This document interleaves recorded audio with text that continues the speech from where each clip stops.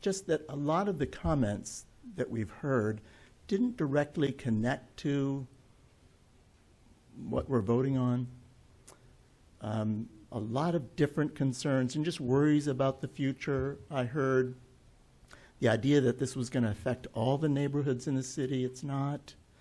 The idea that you could, that we're going to change the density by having these 2/2s. It does not affect the density of 2/2 townhouses. It does not change the height requirements. And I also heard a lot of very negative, unfair comments about my colleagues around the Horseshoe. So that's where I stand. I support going forward with this. We're not talking about moving large numbers of people around the landscape of Fredericksburg here. What we're talking about is redistributing, sort of like internally to the buildings, the arrangements under which they can live, right? So what we're saying is people can live by themselves in a studio apartment instead of with roommates or 2 or 3 bedroom apartments if they want, right? We want to make that more possible, right? And so I think when we think about units and density and units per acre and all that stuff, I think we lose sight of the fact that what we're talking about here is like people and how they get to live, right? And how we think they get to live. And to me, this revision makes a lot of sense because this is the city getting out of the way and saying, let's let people live the way that they want to live, right? I also want to talk a little bit about the question of affordability, right? Which is the elephant in the room here.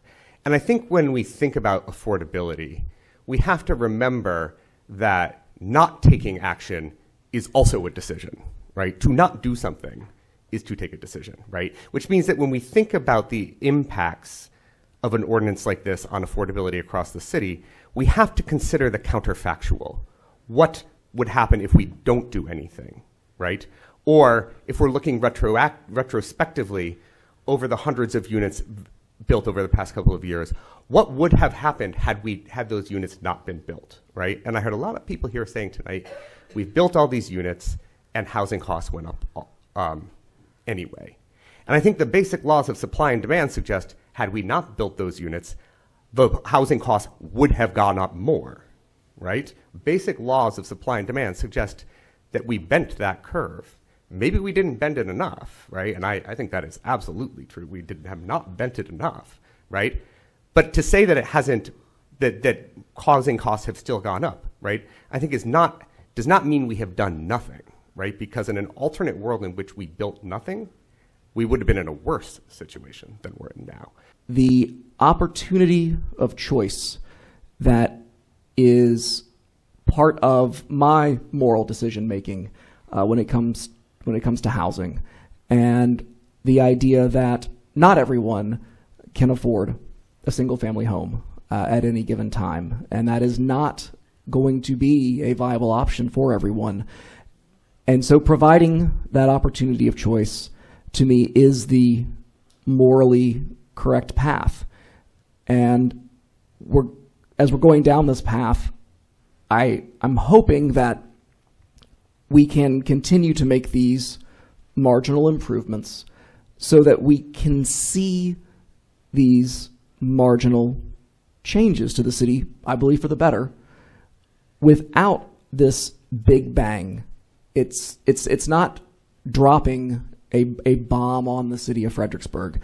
These are marginal improvements. These are things that will happen slowly over several years.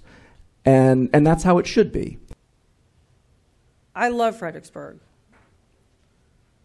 And I think when we look at our commercial highway areas, when we look at our creative maker spaces, when we look at these places, we've also talked for at least 20 years about having those gateways, having those corridors be enhanced and not be some of the very old buildings that are underperforming and not very enticing.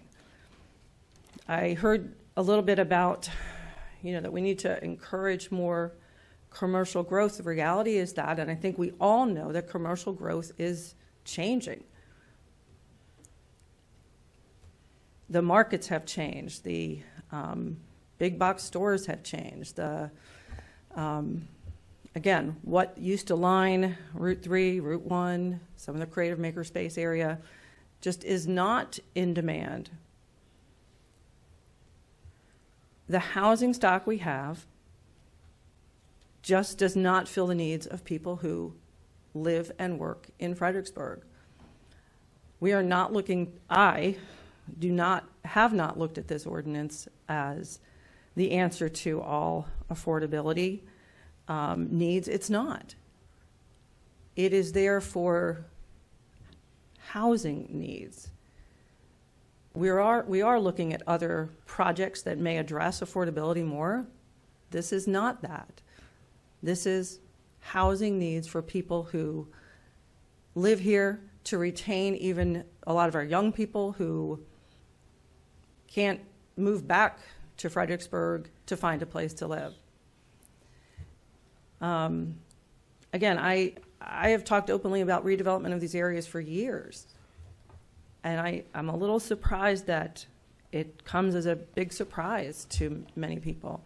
We've not hidden it. We've not done anything that has not been discussed, talked about, and talked about in so many different ways. In community meetings, in council work sessions, in planning commission meetings. People have given a lot of time and energy and effort to try to meet the needs that we see. In fact, that was the former mayor's parting words, where growth is coming and we need to be prepared for it. That's not news.